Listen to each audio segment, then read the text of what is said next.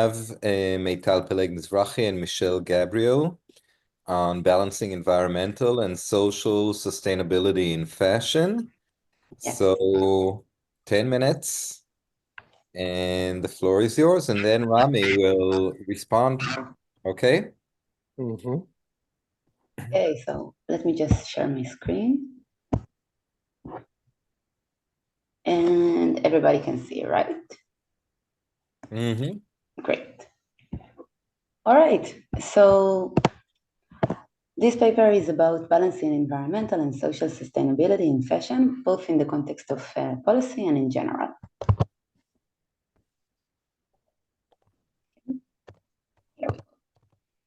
So sustainability is often seen as balancing environmental, social, and economic factors. When we're talking about sustainability, we're talking about the intersection of environment, society, and economy, and you can really see it in the SDG, the Sustainable Development Goals of the UN, which deals with issues such as responsible consumption and biodiversity, but also with issues such as poverty and gender equality.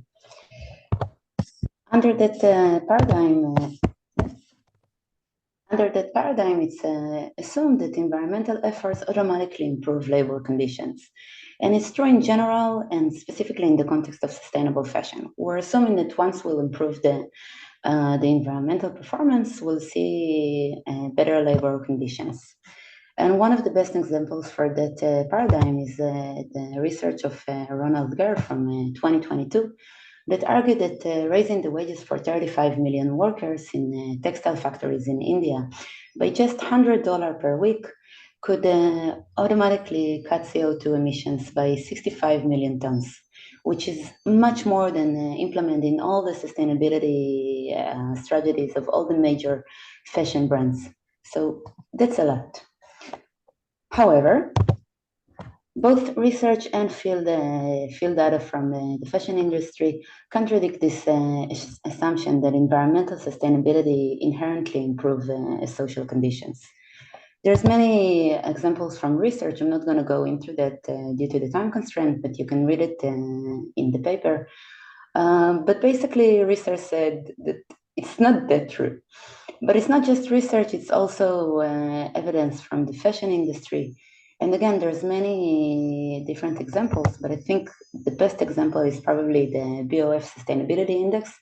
The BOF, the Business of Fashion, which is probably the most important newspaper for the business industry. It's sort of like the Economist for business people. And you can see their sustainability metrics, with 67% of them being about solely environmental issues, with only 17% dealing with workers' rights. With transparency kind of being in the middle, but we definitely see a tendency and prioritization for environmental issues when we talk about sustainability.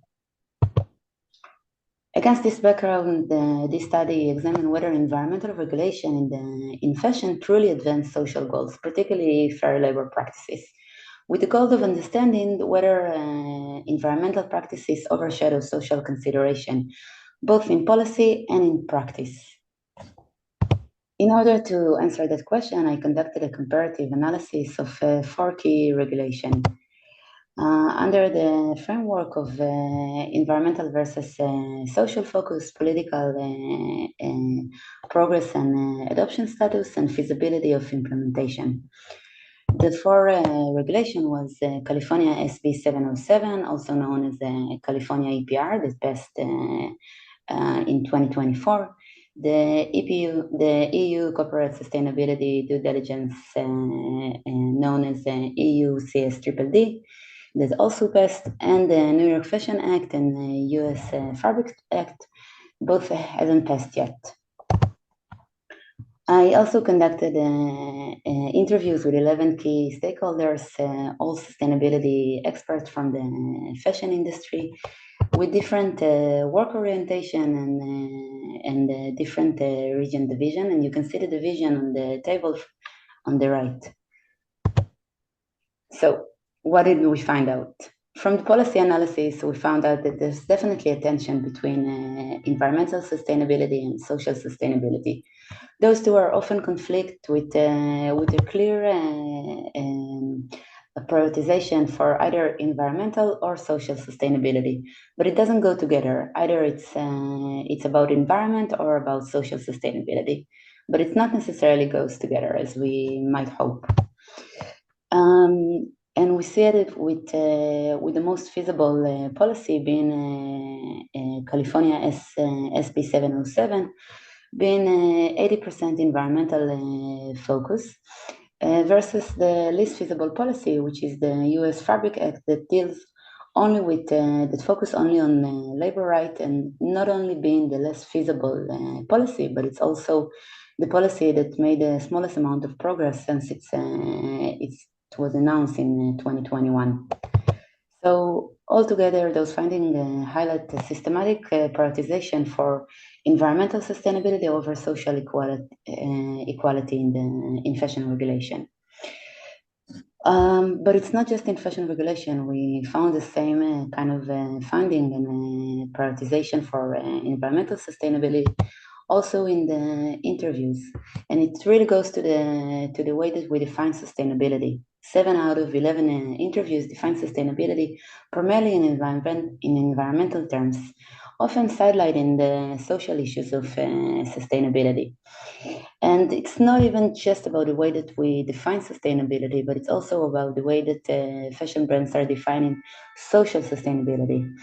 The vast majority of the interviews described that even that in the fashion brand that they work or used to work in the past, when they were dealing with social sustainability, it was mainly about the well-being of the workers in the headquarters.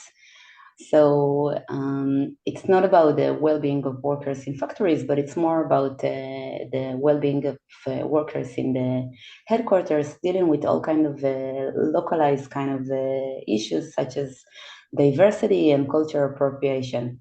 So while environmental sustainability is being viewed under a global kind of framework, dealing with issues such as greenhouse emission, water pollution, or toxic chemicals. When it's come to social sustainability, it's more about localized kind of issues, and it has a lot to do with marketing consideration. We'll go more into it soon. Interviews also highlight the role of policy. All participants highlight that policy and regulation are essential, with the necessity of industry collaboration, consumer advocacy, and enforcement. Yes, policy is definitely important, but it's not just about having policy, it's also about how do we implement the policy. All of them also mention operational challenges, specifically in the context of transparency and data. Environmental metrics are considered to be clearer, more standardized, and widely more acceptable compared to social metrics. And it has a lot to do with global perspective versus local perspective. While we can measure environmental metrics in a global perspective, dealing with issues such as, again, greenhouse emission and water pollution, when it's come to social metrics, we need to adopt a more localized approach, which is region-specific oriented. But I do want to put a caveat about it. Yes, it's more complicated and more costly to measure social sustainability, but it's not that complicated and definitely not impossible. In the end of the day, as interviews number 5 stated, it's simple. You either pay living wages or you don't. So yes, it's more complicated, but definitely not impossible. All interviews also stated that it's much easier to justify the business case for environmental sustainability versus social sustainability. And it has a lot to do with marketing consideration. Think about it. It's much easier to advertise for eco collection under the slogan that we reduce water use than we reduce child labor, right? Nobody here want to hear about that. So what did we learn from all of that? Profits remain significant and main consideration for a fashion brand. While environmental improvements are considered to be cost saving in the long run, and probably also in the medium run, they're considered to be those kind of improvement that will save fashion brands money. When it's come to paying living wages, it will always cost them more, and that's a main consideration. And a main reason why we see this prioritization for environmental sustainability. There's also the operational challenge. Resource constraints are still significant, mainly in the context of funding, time, and attention. And in the end of the day, environmental sustainability is both easier to measure, which means less costly, and more marketable. So there's definitely a tendency towards environmental sustainability due to profits consideration. And all of those are leading to accountability and measurements gap. While measurements framework does exist for sustainability, sustainability remains quite ambiguous, allowing company to define it in their own terms and in the way that they want to define it. Think about it. Yes, we know what is sustainability. It's the intersection of environment, economy, and society. But what does it really mean? Basically nothing. And when it doesn't mean nothing, it makes it really easy both for fashion brands and for policymakers to selectively prioritize environmental goals while neglecting the social constraint. Causing a situation in which most of the fashion brands are focusing on compliance and meeting the minimum requirement, but it's not enough. We know it's not enough. We also need to take in consideration the political climate in some regions, such as the US. Advocating for worker-focused policies can be harder, and under that political climate, a feedback loop is being created in which environmental metrics are being prioritized, overshadowing labor rights. In the end of the day, what we really need is a more holistic approach, the kind of approach that is under a new framework. I'm not convinced that sustainability is necessarily the right framework, but I am convinced that without an integrated policies that balancing both environmental and social sustainability, corporate sustainability efforts probably risk of being solely performative, rather than being transformative, which is what we really need if we want to march the fashion industry towards a more sustainable future, but not just a sustainable future, but under the paradigm of just transition, which is what I believe we need to do. Thank you. Was it 10 minutes? Almost. Guy, you're muted. Good. Thank you, Meital, and vicariously also to Michelle. And Rami, we're in your hands. Okay, thank you, Meital. It was for me a very interesting paper to read, full of interesting information and arguments. And I also like the interviews. I think you have a lot of interesting interview data and some strong quotes there. But I will focus mainly on constructive criticism, which I thought would help best to prepare the paper toward publication. So first issue that I want to talk about is the framing, which I was a bit confused of, because I saw two like main elements in the paper. One of them, which I endorse automatically, is that the paper is about public policy evaluation, let's call it. So it's you take several policies and you claim to be evaluating them, or you try to evaluate how much, especially their impact on social sustainability.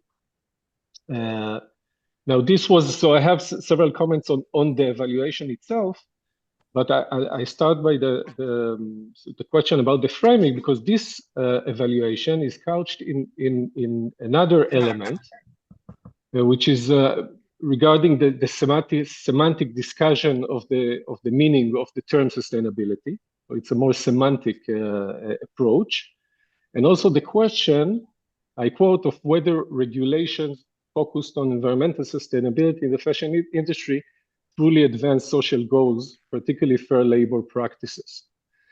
But here I ask, why would we think that the environmental regulations would promote social sustainability?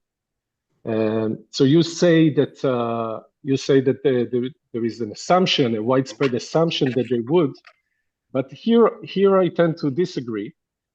I don't think there is a good reason to think that environmental regulation just by their very existence would promote also social sustainability, or however you define it.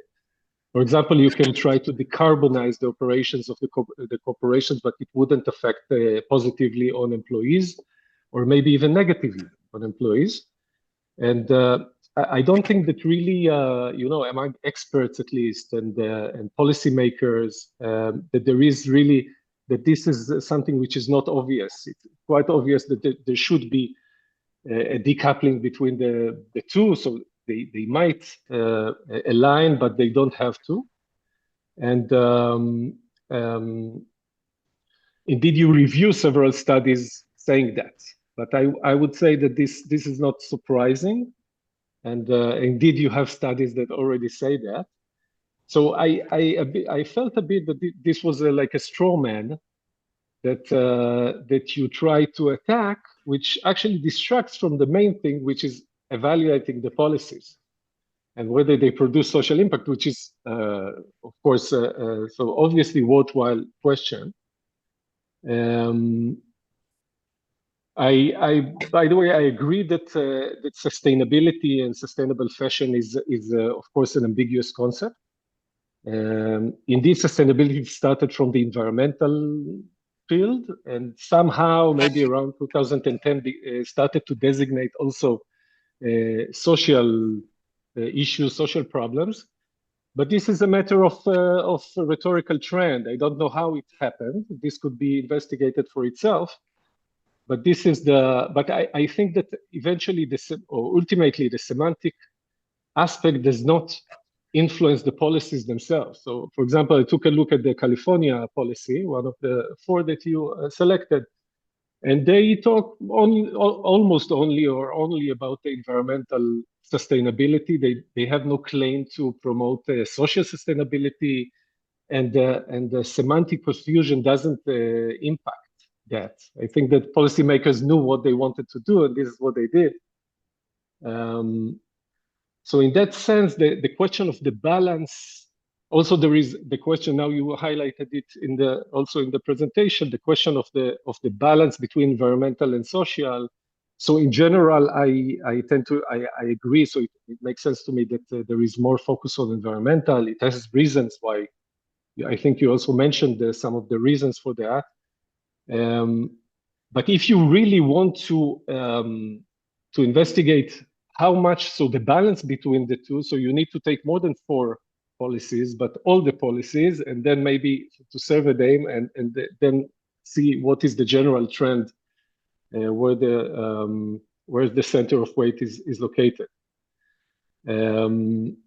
I think the selection of the 4 policies is instrumental to indeed policy evaluation thrust that you make. But now I want to move to this, and several comments on how you do the evaluation.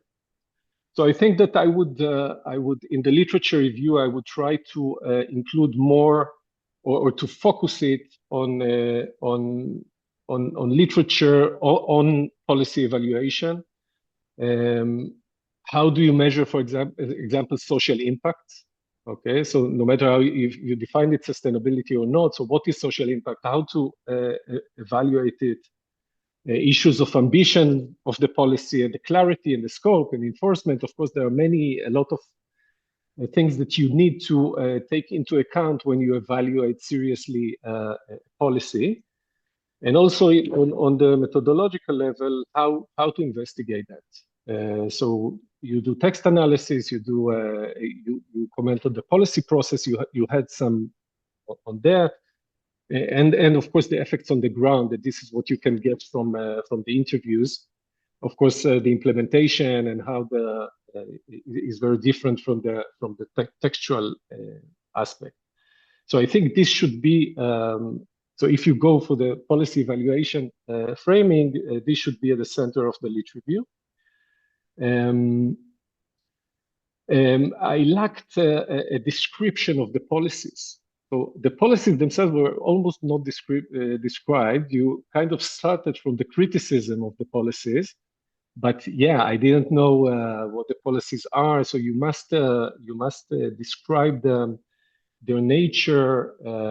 Are they setting operational standards, or are they requiring due diligence? These are very different things. It's a question how to compare between the two.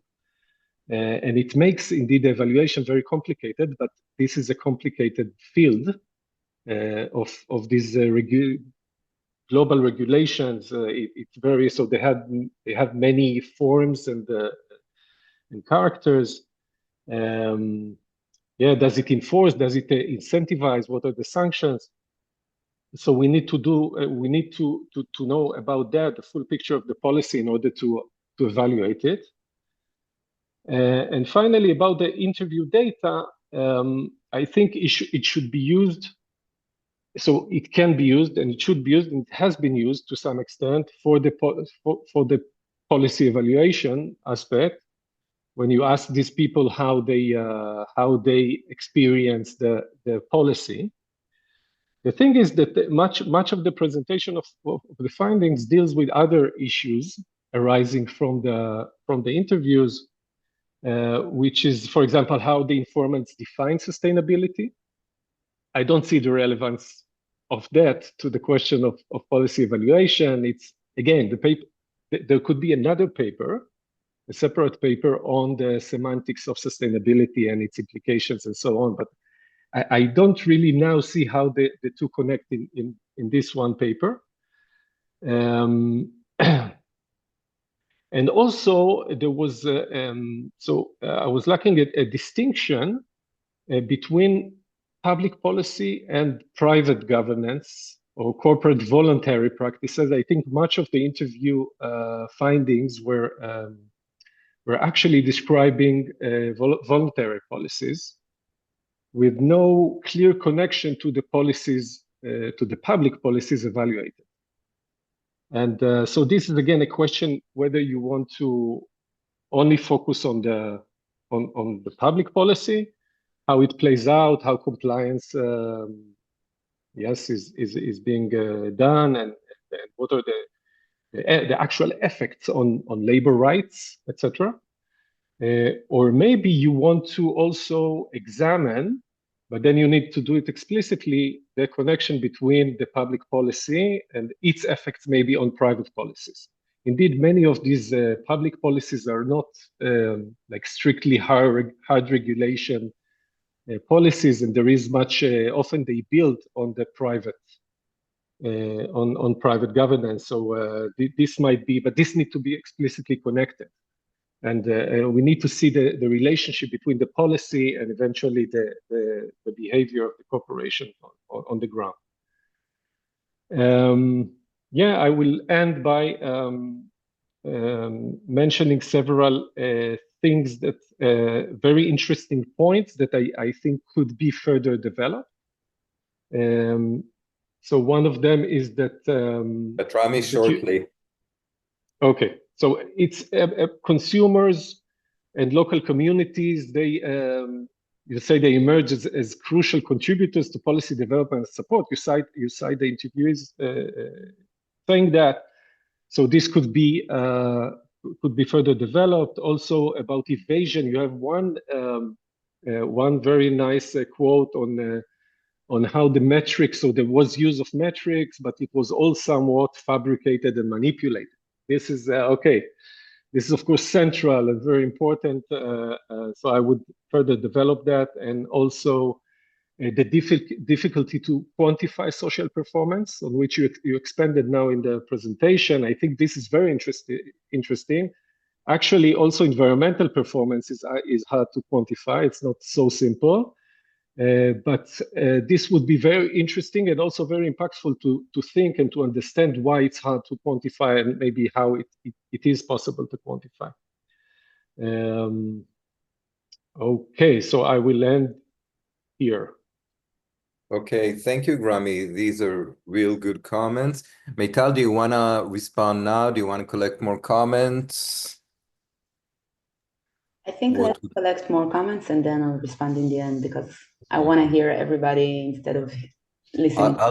I'll jump first really quickly, echoing what Rami said, that I felt that the interviews are, they fit at least 2 papers. So some of them are general, or if you want to focus on environment and labor, then focus on environment and labor and do that. So that's one thing. And the second thing, you only mentioned it at the last sentence of your presentation, but I was surprised that you did not refer to the just transition movement. And I think that Rami says that kind of a straw argument, but I think that the just transition movement does make a very strong argument that the environmental and the social should go hand in hand. I don't know if they make the claim that they do go hand in hand. They claim that they should, but I don't think that it should be. I do think that it can be taken as a default assumption that you want to test. I didn't view it as a straw, but you know, my guess is as good as Rami or less or so. So, but clearly, I think the just transition would be the dominant. Ingrid. Oh, sorry, had you finished? Yeah, I'm finished. I'm finished. I just had a quick comment, Meital. I really enjoyed the paper. A couple of things. I completely agree with Rami that what threw me was the kind of what I understood that you were trying to do was, one was challenge the presumption that environmental and social went hand in hand, and the second was exploring the sustainability narrative in the fashion industry, what it actually means, and then trying to explain the dominance of environmental over social concerns. I completely agree with Rami that, to me, there is no dominant presumption that environmental and social go hand in hand. They certainly, the just transition would say, yes, they can and they should, but I don't, I guess I also have struggled with that. And I would, if it was, I would kind of put that aside and say, I think what your paper does really well is investigate, the sustainability narrative in the fashion industry and seeks to account for the dominance of environmental over social concerns. And you could even then, another way to do it would be to bring in the policy settings as perhaps, does that help explain the dominance of environmental concerns? Because I felt like the policy settings didn't really fit with a lot of the empirical work as well. So I completely agree with Guy there that I think you have a couple of really good, interesting papers there. And it's just a matter of sorting your main points.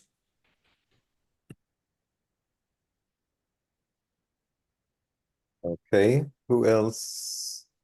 Roy? Okay, Roy, sorry, you're on my blind spot, yeah. So I thought you had a claim that's a little bit stronger, which is not simply that these don't have to go together, but rather that the environment crowds out the social. That is, that it takes precedence because it's easier to market, and that the question isn't, can these go together, but is one really coming at the expense of the other?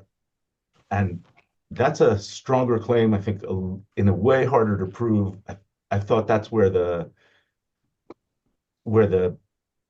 way you used the interviews was going. And that is also a 2-part claim. One is there's crowding out, and the other is it's crowding out for the reason that it's easier to make yourself look good and to market to market the environment. And so if that wasn't, that was my sort of intuitive reading of the paper, but then hearing the comments, I understood that wasn't everybody's reading.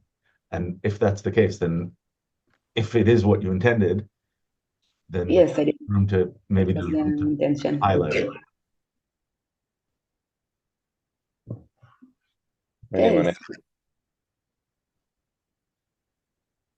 I'll just add one thing it's puzzling, and it's also understandable that, at least from the lawyerly perspective, environmental law has done way better than labor law at the transnational level. And a lot of the developments, even if you look at the due diligence legislation, the first cases are environmental. If you look at World Trade Organization, adjustments are made in environmental law and not in labor law. So there is a clear understanding that environmental issues are pressing, and I think we're still wondering, why do we care about workers in Bangladesh? Obviously, it's interesting for a documentary, but we should pretty much stop there and not take it any further. So I think that also touches on the interrelationship. Do you want to respond, Meital? Yes.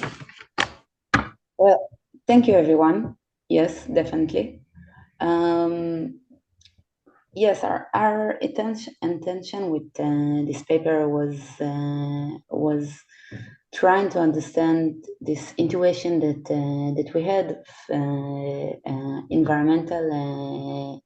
environmental focus, sort of pushing away the workers' right and social sustainability out of the discourse. But it was, in many ways, it was an intuition, and we were wondering if this is if that's a real phenomenon that actually occur, and B, if it does occur, why does it happen? So we came to that from the perspective of policy and with the aim of conducting policy analysis. But I agree that it needs to be probably stronger or more clear. I mean, it's either this paper is both in general about the fashion industry and in the context of policy, but I'm not sure that those two components are equally strong. So probably we need to strengthen. I need to strengthen the policy components. But regarding the sustainability and whether environment necessarily promotes social goals, I think it's kind of embedded in the concept of sustainability, and that's why I chose to open with what is sustainability. I mean, yes, environment doesn't necessarily promote social goals or fair workers' right.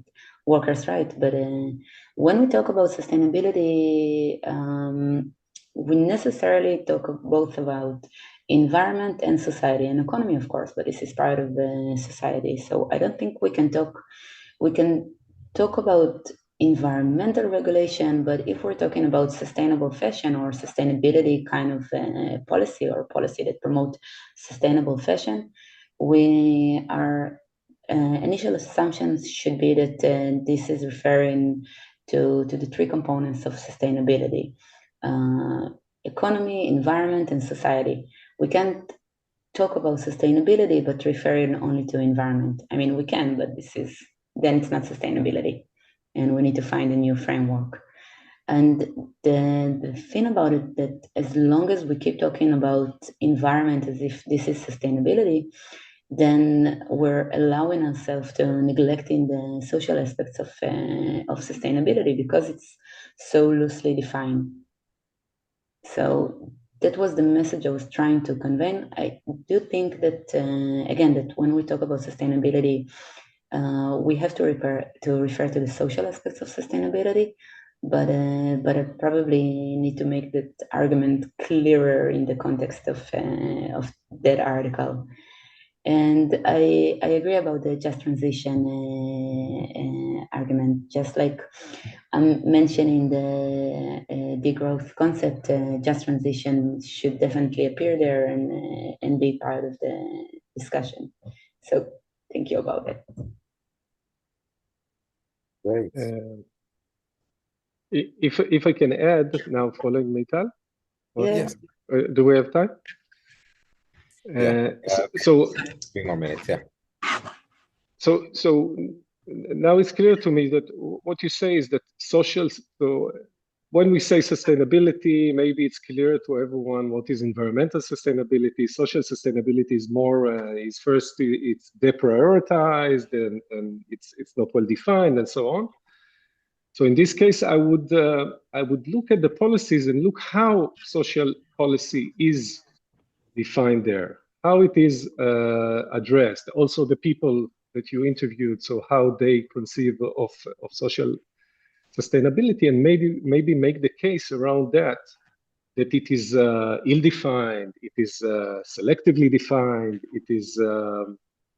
Okay, well, all of us, we talk about social sustainability, and this is all the formal talk, but actually what are we talking about and what is being done, how people understand it, how policymakers understand it, and how they address it through the regulations. And they're showing that it is done in a way that you criticize in this way or another.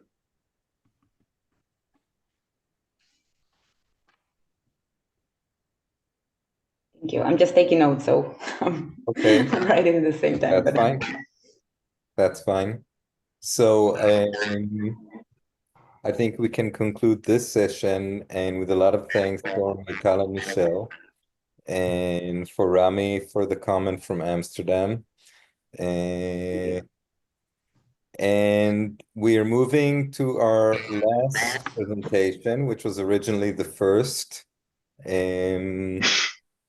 And I can mention that Isi and I did, I think about 10 years ago, an article comparing labor and environmental issues in corporate codes, and looked at 3 sectors. So Yeah. so there's a just transition here from Michelle to Isi. This is what I'm saying, but we're moving from environmental to the urban studies. And Isi, we're in your hands, and then we'll have Pankuri as a commentator. Can I just say a word before the? So I don't want to be vulgar, but there's, the environment goes great with the neoliberal agenda, and raising wages for workers doesn't. And yes, it seems like that's sort of, in the background of what you want to say. You don't want to say it exactly like that, which I understand, because it's no, I do. fighting words, but it makes a lot of sense. I mean, it seems like it puts it in. But I think environment, unless you invest, as long as you don't have to invest money, then environment goes wonderful with the neoliberal agenda. But in terms of getting the environment better, then it actually doesn't. It's good as a general concept, but and that's part of the idea why labor studies department have been closed down, and instead you have environmental and gender. Well, gender no longer anymore, but Trump will take care of that. Probably will also take care of the environmental. But yeah. But I think it's also about what kind of environmental regulation we're talking about. Because if we'll take it to the domain of fashion, if we're talking about avoiding leftovers, avoiding dead stock and overproduction, yes, it's definitely cost saving, and then it goes hand in hand with a neoliberal paradigm. But if we're talking about reduced consumption, which is what we really need in the context of sustainable fashion, and also at the same time, the only issue that nobody wants to talk about, then it doesn't go together. And you can really see that even that perspective of sustainability in fashion, in the corporate responsibility reports of all the major fashion brands that has a sustainability strategy. They're talking about reduce inventory. They're talking about reduce greenhouse emission and reduce the use of water and leftover and blah blah blah. But they will never talk about reduce consumption. Mm-hmm. It's not just about how we define sustainability, but it's also about how we define environmental efforts. Mm-hmm. And I think it's creating a beautiful circle that goes back to the concept of society and social philosophy towards sustainability. But it's also easier to manipulate environmental standards, both in terms of what are you looking at, and what the guy and I saw is it's more and more people, more and more corporations look at greenhouse gas emissions as the thing that they kind of highlight. As I just said, consumption, reduction of consumption that is not considered an environmental issue. It's not considered. Of course it is, but it's not what they actually. Yeah, it's the elephant in the room. Nobody wants to talk about it. I mean, it's definitely environmental, but nobody wants to talk about it. And once you start talking about it, you'll be that cuckoo guy or woman that insists on talking on that specific issue. Like we discussed yesterday with class paper, it's the entire culture, right, is revolved around consumption. So reducing consumption is something that's so much bigger in a sense. Yeah, and I'll say one last sentence because somehow we're over time. It's also embedded in the concept of fashion. Fashion is about maybe. May, let me see if I can mute May. Okay. Yeah. I was saying it's also embedded in the concept of fashion. I mean, fashion is about the novelty and about the changing of trend. We can talk about fast fashion, but fast fashion is just faster fashion. It's nothing new. I will also say that workers' rights are also manipulable. The way you do, in the sense of the way you disclose them, the way you discuss them, what kind of transparency you do in relation to them. So, I'm not sure environmental is necessarily more easy to manipulate, but My intuitive is that it is that, there are no people behind the environment in the sense that there are when you're talking about living wages and et cetera, et cetera.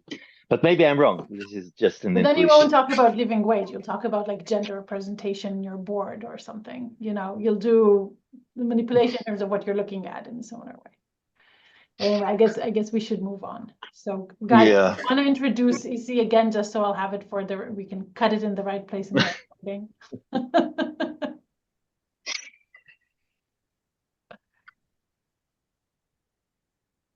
Guy?